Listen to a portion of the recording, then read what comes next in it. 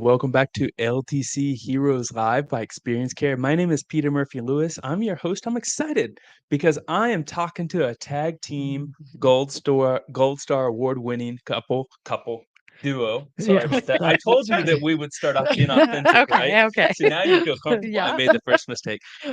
Katie Frederick, the Director of Facility Operations at Better Health Services, and Tracy Zamora, Administrator of Heritage at Bel Air. Welcome to the program. Thank Thank Thanks for you. having us. Let's start off with you, Katie. Tell me about this a big award. What was it? What was the process of applying if you were involved and how you felt when you won the big quality award? So, all right. So, being part of Vetter, our world class standards, we have a goal that we all achieve gold at some point in our facilities. So, we started with bronze, we moved to silver, and then final goal was gold. And we were blessed to be able to receive it on our first try, which we were so thankful. It is a grueling process. Would you say grueling? Grueling would be a good word. Grueling would be a Grueling. good way to put it. Sure. It's very much teaches you to look at your processes and really determine where you need to make adjustments and continual evaluation and learning. You'll hear me say a lot. It was probably the hardest thing I've ever done in 25 years of being an administrator. So to achieve it was like a huge success for That- our team, for sure. What was the hardest part? Understanding the language, the Yes. Baldrige criteria. It's like a foreign language. So as you learn to understand and use the glossary more or Google words, she was our Googler. She would look it up and be like, what does I'd that Google mean? the word. Yep. Yep. And that was the hardest part, just understanding, because it's like we do this quality stuff every day, but getting into words to make it understandable. And Tracy, what was your role either in the application process or where were you when you found out that you all won? I was actually, I helped Katie and our director of nursing at the time write the whole application.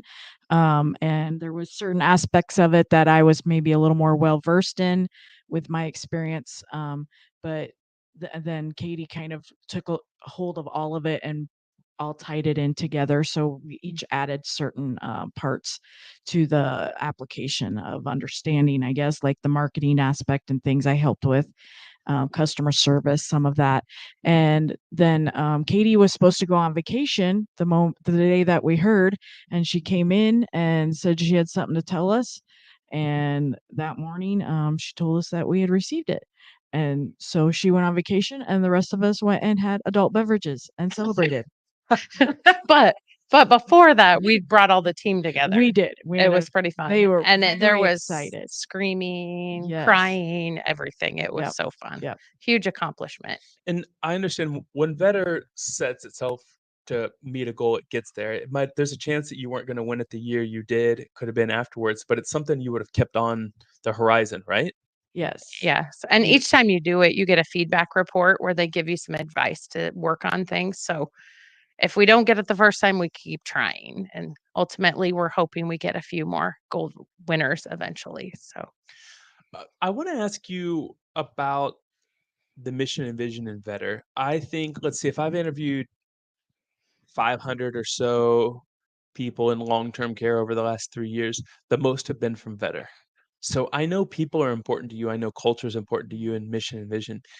Help me understand, what is the mission and vision? Maybe I'll start with you, Tracy, and Okay. then you, Katie, tell me how that, instead of it staying lofty and on a website and on a wall, how do you translate into the real life of long-term care? Okay. Okay. So if you've ever met Jack and Eldora Vetter, you know they have a passion for helping other people, especially the elderly. And so it's kind of just the culture automatically when you walk in the door, you can feel that. You can feel that we really are family serving family, that we take care of these residents as they are our family. They become a part of our family. Their family becomes part of us. Dignity in life is our mission statement, and that is exactly the way that we live. We want to make sure everyone is treated, whether it's the person that is vacuuming the floors to the administrator or the president of the company. Everyone is treated the same. Everyone has the understanding that we are here for the residents, to take care of the residents, and that we live our life and do our best for them.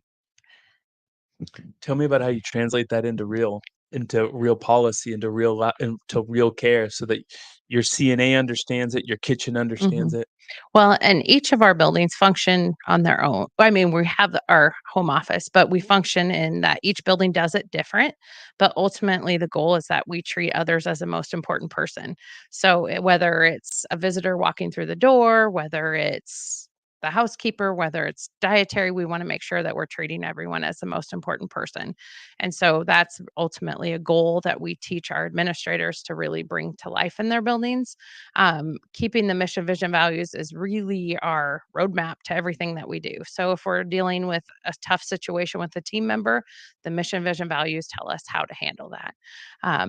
Each building does different things to bring it to life. So we want it to be alive, not just on the posters or on the website.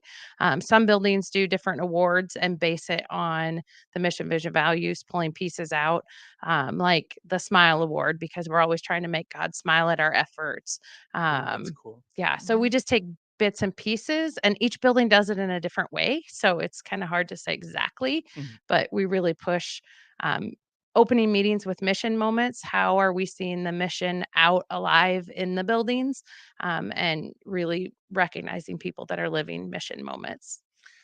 I want to ask you, Katie, this morning when I was preparing for the summit, I was interviewing members coming in for a little clip and a little reel that we're going to be sharing tomorrow afternoon. And I asked people the following question. I would like to hear the answer from both of you. How has long-term care had an impact on you outside of work? Who are you different today as a mom, a sister, a daughter, a neighbor because of your years in long-term care? Want me to go first? Go ahead. I think actually, this is funny. I could tie it back to gold process. I could tie it back to being part of Vetter, could tie it back to everything I've done in my 25 years of being an administrator is my quality drive.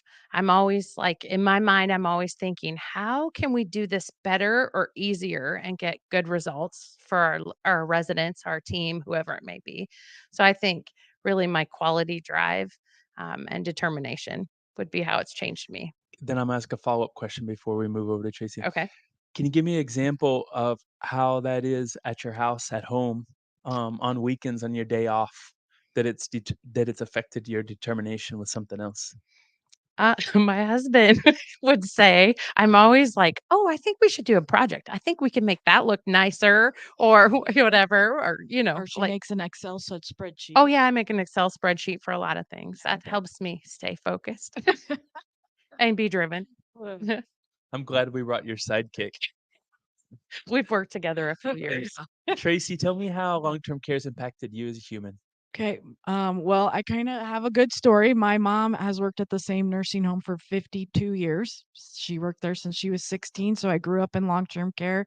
When she didn't have a babysitter, she dragged me along. The residents would babysit me somewhat. I mean, it was Right. back in the 70s, things were okay. So, but The good old days. the good old days where you could just bring your kids to work. And I guess I just started building this bond with the elderly, but I said I'd never work in long-term care.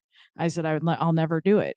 And then as I graduated from high school and I needed money, and she's like, I think you should try to be a CNA. I was like, oh, gosh, I said I wasn't going to do this, and now I've been in long-term care for 24 years. Hmm.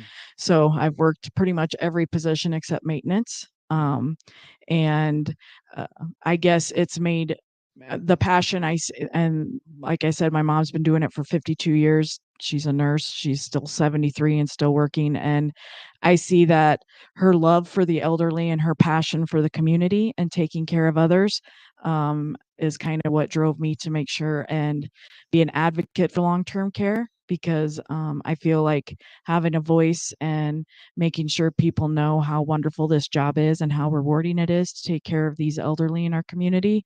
That's something I really want to make sure that my kids know and my community knows, and my son is working as a dietary aide. So, well, And he's just like her. yeah, he kind of is. Your mom must be so proud of you Oh, and her well, grandson. and she retired 2 years ago and now works 4 days a week in the same nursing home. She still continues to work there. So I said, "No, when I retire, I'm gonna retire. I'm not gonna be like that."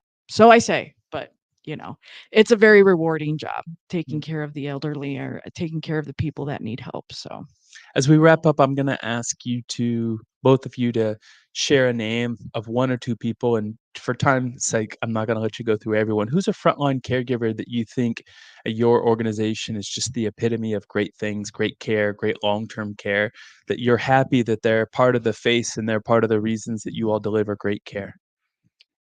Can I use the one I told you Go the ahead. other day? Or were you going to? No, go ahead. Okay. So, since I support her building, I don't have my own anymore. Yeah. So I support her building. And I went in and was talking to one of the aides that worked there when I was there and said something about, oh, you have Alicia caring for you today. And she said, no, I have my best friend caring for me today. So Aw. I was like, that was a pretty cool mission moment. Wow. Right? And really made it stick. And my grandma also loved Alicia because she lived there with us. So Alicia takes care of her residents amazing. What a For great sure. story. For sure. And I have one that I've actually worked with in 2 buildings. She worked with me previous in another facility and, kinda taught me as a CNA also, Shelley Lauk.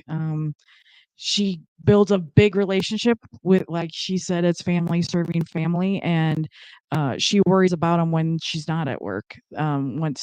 She'll maybe make sure that she'll call in the facility and make sure that we got the right things set up for them, or, she's got a whole, way of doing things with the residents, and they very much appreciate her and her love for them, so.